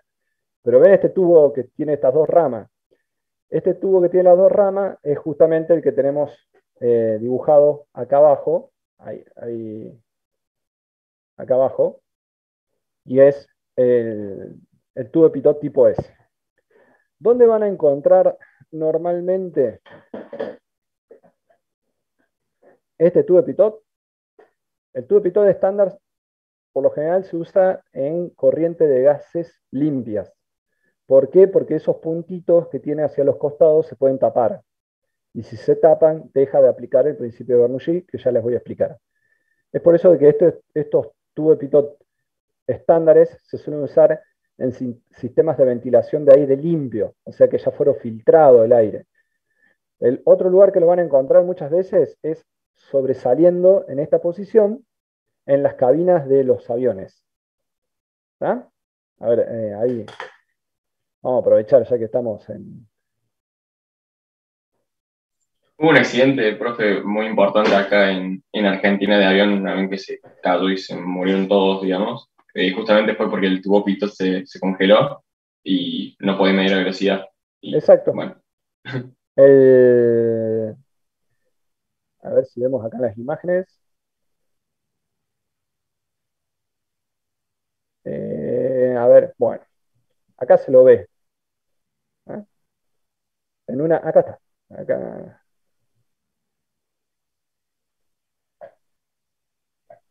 Fíjense que acá está la cabina del piloto y acá abajo hay dos tubos de pitot, que vendrían a ser estos mismos instrumentos que sobresalen de la cabina. Fíjense para dónde están orientados. Están orientados hacia dónde va a avanzar el avión. ¿Sí? ¿Por qué están orientados de esa manera? Porque justamente esta boca tiene que estar orientada en la dirección del movimiento del fluido. ¿Ah? Si esto se moviera hacia abajo, si el avión tuviese los tubos de pitot desfasados de la dirección horizontal, así hacia abajo, no va a medir bien la velocidad. ¿Estamos de acuerdo? Ahora, ¿cómo funciona todo esto? Justamente entonces lo que les decía es que esto funciona por el principio de Bernoulli. ¿Se acuerdan de la ecuación de Bernoulli, que era lo otro de fenómeno de transporte que nadie me nombró? No, Sí, profe. ¿sí? Todos estos tipos, Pitot, Bernoulli y demás, fueron físicos famosos, ustedes eso ya lo deben saber, ¿no? Pitot era, no me acuerdo el nombre, ¿cómo se llamaba Pitot? Pitot. Henry. Ah, Enrique. Lo que planteó Don Pitot era que si nosotros a este instrumento lo colocamos dentro de un conducto por donde está circulando un gas y aplicamos el principio de Bernoulli, podemos llegar a determinar la velocidad del gas. Este instrumento no puede estar solo, sino que necesita que aquí en su salida, la parte trasera, tengamos un lector de diferencia de presión, que vendría a ser un sensor de presión diferencial. ¿Conocen sensor de presión diferencial? Deben haber visto en Sí. control. En realidad el que vimos en control, era el pito del tipo S. Lo vimos Bien. justamente esa parte. Esto me lo regaló, es una reliquia. Pedroni, que dice ahí, es una empresa que fabrica eyectores. Los eyectores, ¿recuerdan los sistemas Venturi? Los eyectores se utilizan por lo general para hacer vacío. Entonces, uno puede medir la presión la diferencia de presión generada en el equipo conectando el equipo a una de las ramas y la otra rama dejándola abierta. Entonces ahí vería la diferencia de presión entre el equipo y la atmosférica. ¿Se entiende eso? Bueno, si yo conectase este tubo en U, que es el más sencillo de todo, ven que hay un tubo de vidrio en forma de U y abajo hay una regla. ¿Se llega a ver o no? Ahí sí, ¿no? Si yo le pongo mercurio a esto, los milímetros de diferencia de que tengamos entre las dos ramas van a representar milímetros de mercurio. ¿Saben por qué se usa mercurio?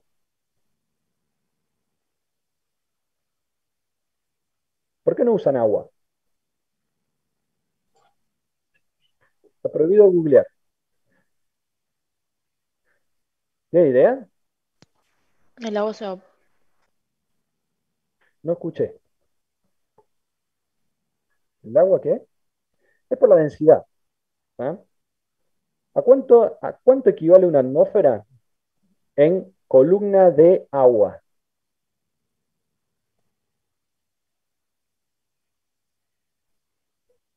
No, no me acuerdo.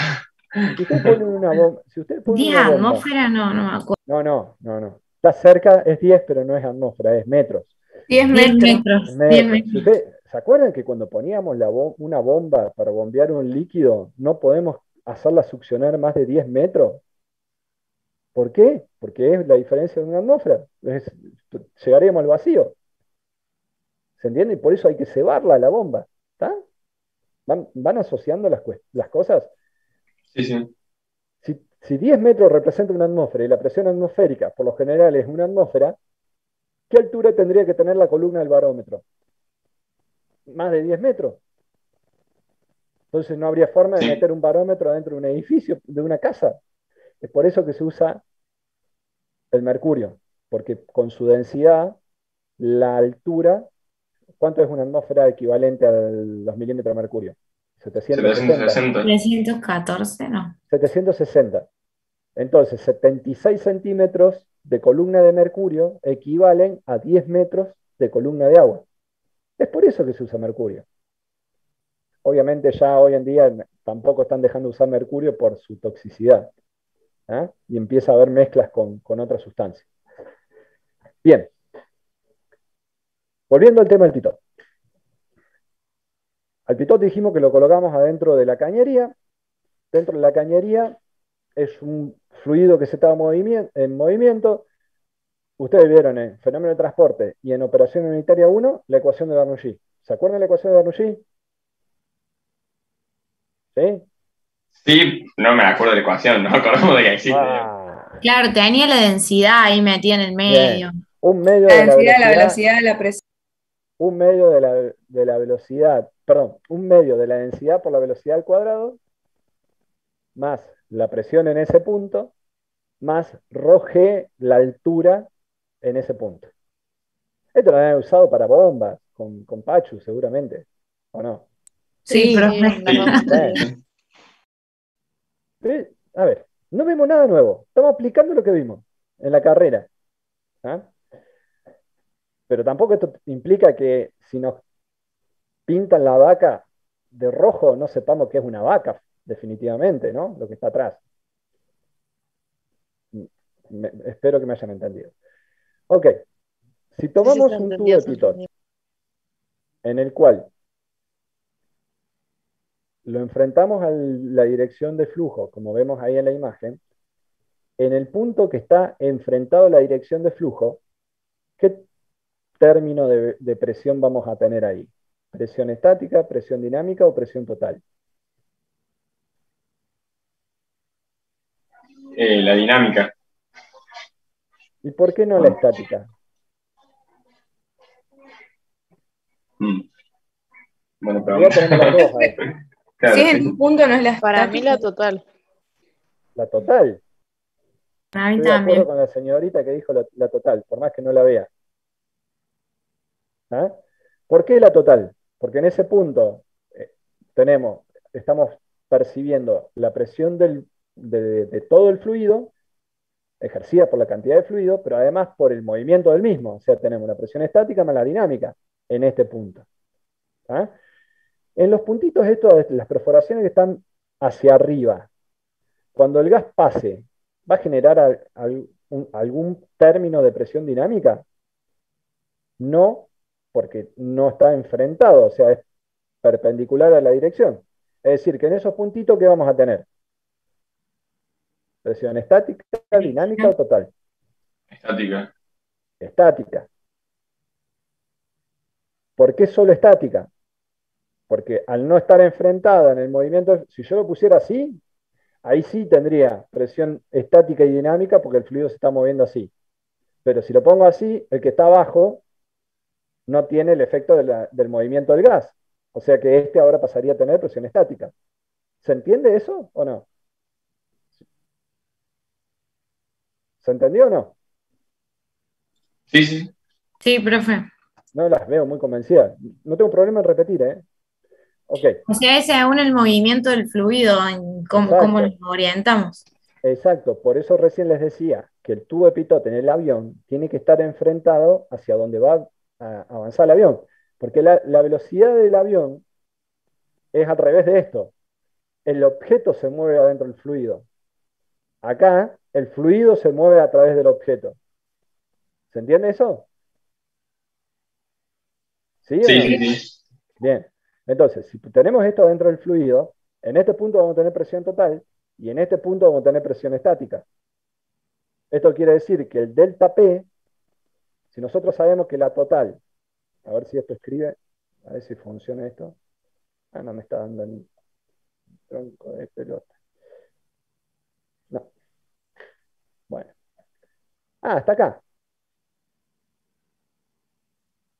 Si nosotros sabemos que la presión total es la estática más la dinámica, si restamos la total menos la estática, vamos a tener la dinámica. ¿Sí? Es decir, que si yo estas ramas las conecto a este sensor de presión diferencial, la presión total que va a tener esta rama que está acá arriba frente a la presión solo estática que va a tener esta rama, va a generar un delta P dentro de este equipo. ¿Se entiende o no? Claro, y con eso sacamos la dinámica, digamos. Exacto. Entonces ahí ya sabemos que el delta P es la dinámica. Ahora volvamos a la ecuación de Bernoulli. Por más que no quieran volver. Todo vuelve en la vida. De a poquito van a ir viendo para qué sirve cada cosa. Por ejemplo, físico-química. Muchos se van a haber pensado, ¿para qué estoy haciendo esto? Y después cuando la empezás a aplicar, decís, qué razón que tenía. Bien. Tomemos dos puntos, ¿no? Tomemos el punto 1, que vendría a ser en la boca del pitot, y el punto 2, que vendría a ser en las perforaciones de los costados. Si yo aplicase la ecuación de Bernoulli, ¿se acuerdan cuando la aplicaban para bombas? Las diferencias de altura, ¿qué eran? Justamente eran las diferencias de carga hidráulica, ¿no es cierto? ¿Sí? Sí, Bien, sí, había que tomar bien la referencia. exacto. Definir un plano de referencia y medir las alturas. ¿Sí? Sí, Bien. En este caso, los puntos están a la misma altura, prácticamente. Por lo tanto, los términos de diferencia de altura los podríamos, creo que hasta cancelar. Fíjense acá, yo lo que hice primero es reordenar esto. He sacado esto de acá, el roje, y lo pasé al resto, o sea, lo eliminé de lo que es la altura para poder cancelarlas sin ningún problema, que lo podría haber hecho antes también. Por eso apareció el roje abajo del término presión y abajo del término velocidad. ¿Tá? La densidad acá abajo de velocidad desaparece porque se cancela con esta densidad. ¿Tá? Dicho de otra forma, esta ecuación es la misma de arriba, nada más que reacomodada. ¿Tá? Como les dije recién, las diferencias de altura H1 y H2 son prácticamente iguales, por lo tanto las puedo cancelar. ¿Tá? Y a su vez puedo plantear que la velocidad del fluido en el punto este de la entrada es nula. Dijimos que no había presión dinámica acá. Si no hay presión dinámica es porque no hay velocidad. ¿Estamos de acuerdo con eso? Con lo cual, la velocidad en el punto 2 que está ahí abajo, fíjense, ahí abajo, es igual a cero. Por lo tanto, la puedo cancelar también. ¿Sí? Si despejamos el término velocidad, que está al frente del pitot, que vendría a ser la velocidad con la que viene el fluido, obtendríamos que, primero cancelé la aceleración de la gravedad, y reacomodando, me queda que la velocidad va a ser igual a la raíz cuadrada, que lo que hice ahí es pasar el cuadrado de la velocidad del otro lado, P2 menos P1 multiplicado por 2 sobre la densidad del fluido. ¿Sí? ¿Se entendió? Sí, sí. Ahora bien, el fluido es un fluido gaseoso. Si es un fluido gaseoso, la velocidad finalmente es una función ¿de qué? ¿De qué propiedades?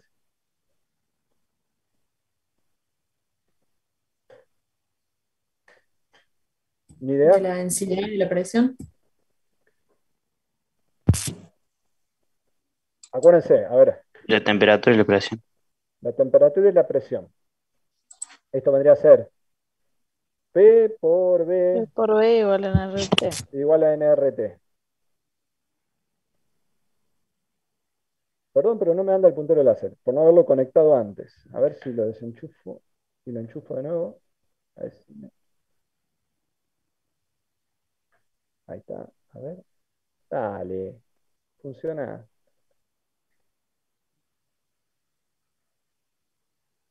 ¿Por qué no andas?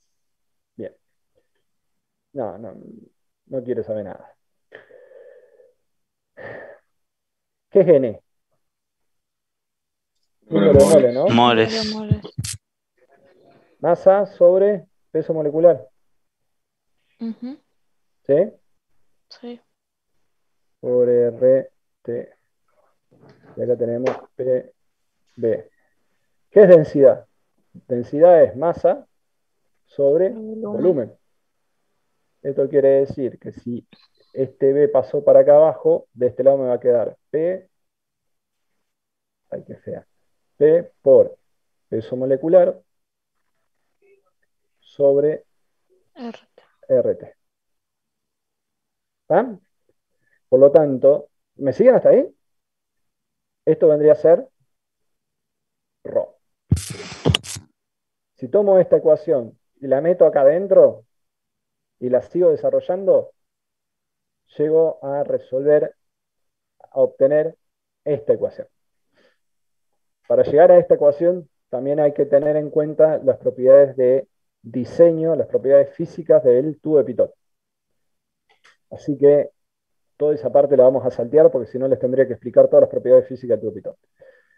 Pero si prestan atención, fíjense que en la ecuación anterior teníamos la raíz cuadrada de la diferencia de presiones, que es el delta P. ¿Está? Por lo tanto, ahí está, raíz cuadrada de delta P. Dijimos que esto nos quedaría 1 sobre densidad, es decir, que tendríamos que invertir esto, quedaría RT arriba sobre presión por peso molecular, ahí está. Ahí quedó T arriba y presión y peso molecular abajo. Esa MS es peso molecular, no es masa, ¿no? Y todas las constantes las sacamos y quedan asignadas a este factor. Es por eso que conociendo el delta P y conociendo la temperatura, yo puedo determinar la velocidad del gas. Y ahí viene de nuevo el hecho de que este tubo de Pitot tiene una termocupla asociada porque necesito el delta P y la temperatura para determinar la velocidad. Además necesitaría la presión y el peso molecular. El peso molecular del aire, ya lo habíamos dicho, ¿no? ¿Cuánto era?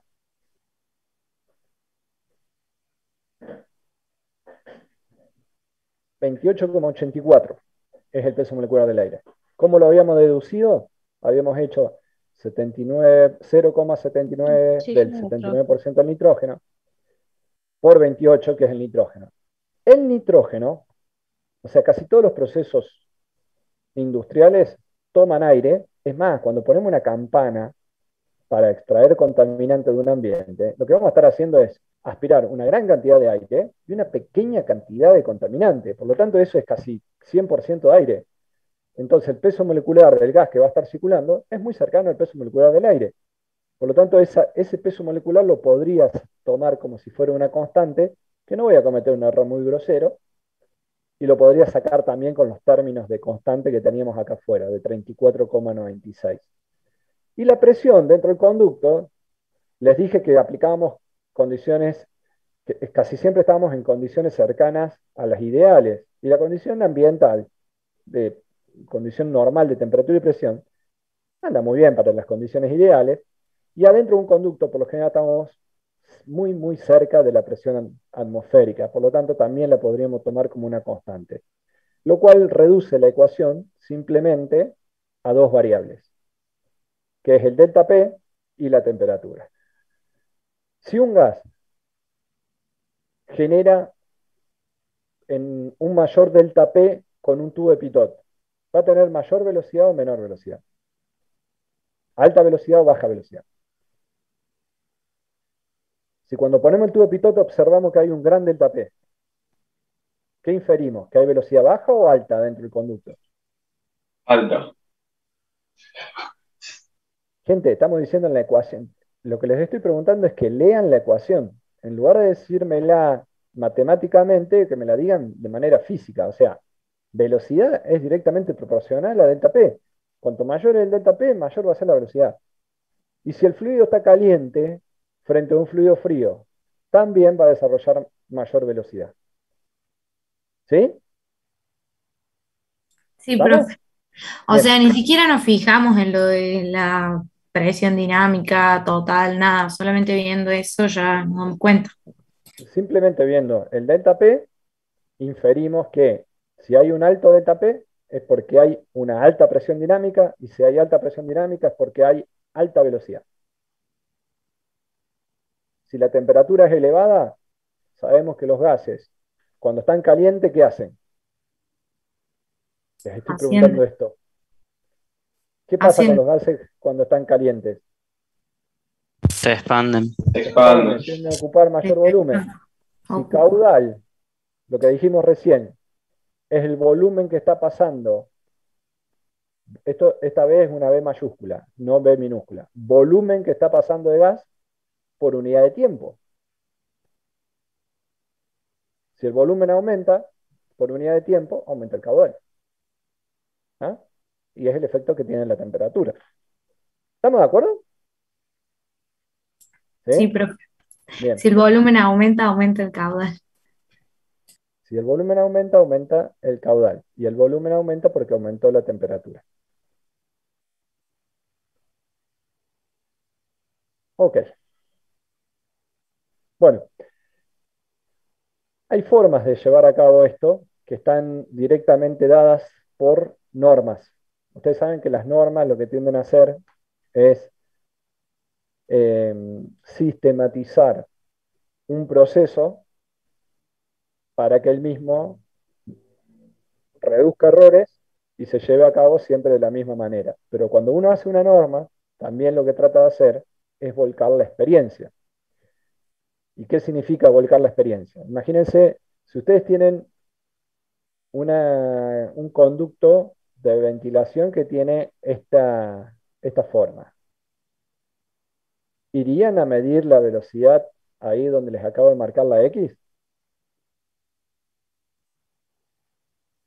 No, ¿Qué, va- profe. No, qué pasa con un fluido cuando sufre un cambio de dirección, una expansión o una contracción?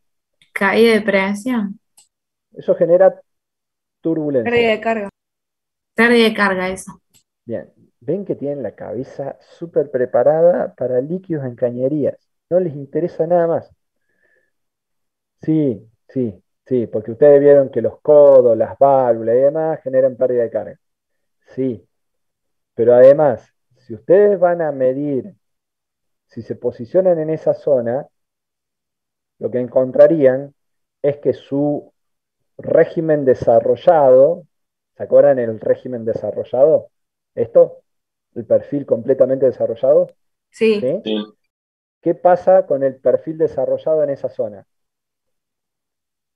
El perfil de velocidad es distinto en cada punto de la ingeniería. Desaparece.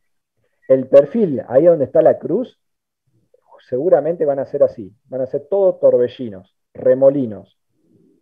Remolinos totalmente aleatorios.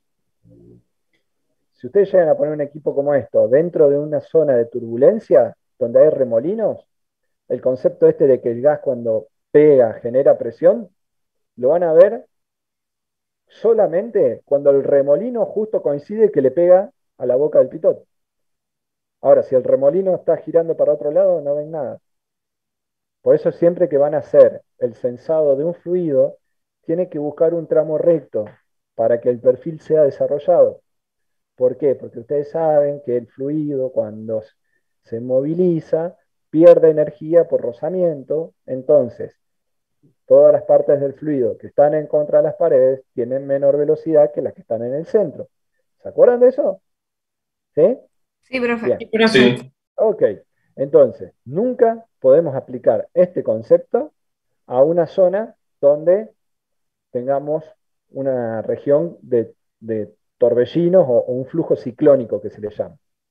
¿Ok? Tenemos que ir a un tramo recto.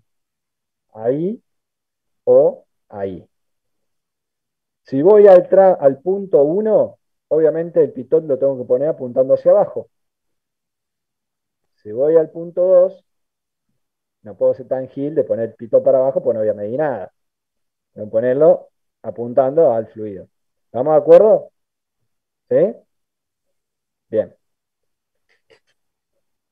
Em, Teniendo la lectura de la temperatura y el delta P en distintos puntos dentro del conducto, yo puedo finalmente graficar cuál es el perfil de velocidad del fluido. ¿Está? ¿Estamos de acuerdo con eso? ¿Sí? Es de esperar que el sí. fluido tenga menor velocidad en contra de las paredes y mayor velocidad en contra en la parte central. Ahora, tengo una chimenea, ¿no? Y en la parte de abajo tengo el ingreso del soplante. Acá está el soplante, ¿no? El soplante inyecta el aire dentro de la chimenea. Si yo vengo y mido la velocidad acá, lo más probable es que si logro escapar de la zona ciclónica, empiezo a encontrar que, acá voy a tener flujo ciclónico, vamos arriba, por acá. Voy a encontrar que el perfil de velocidad seguramente va a estar desplazado hacia atrás. El fluido cuando ingresa se desplaza en mayor cantidad hacia atrás. Si me alejo, seguramente voy a empezar a ver que el fluido tiene el perfil parabólico del flujo desarrollado. ¿Se entiende eso? ¿Sí? Sí, Es por eso que la metodología, justamente para llevar a cabo una lectura, implica que tengo que medir en varios puntos. ¿Por qué? Porque si yo mido en contra de la pared, por ejemplo, a esta altura, voy a tener una velocidad menor que si mido a esta altura. ¿Cuál de las dos uso para calcular el caudal? ¿Se entiende? O sea, tengo que calcular una velocidad promedio. Para calcular una velocidad promedio tengo que tener justamente bien definido ese perfil de flujo. Y es por eso que la metodología van a ver que señala que se mida en varios puntos adentro de la chimenea y con todos esos resultados se calcule el promedio de la raíz cuadrada de delta P. Porque el que va en la ecuación, fíjense que es el promedio de la raíz cuadrada de delta P. No el promedio de los delta P y después la raíz cuadrada de eso. ¿Estamos? ¿Sí? ¿Quieren que hagamos un cortecito acá? Que fue bastante pesadita esta parte. ¿Me parece bien? ¿Sí? bueno, Son, profe. son Bueno, las profe, 8. Volvemos 8:15, ¿les parece? Así Bueno, cortamos profe. un rato antes. dale. Dale, nos vemos en un rato.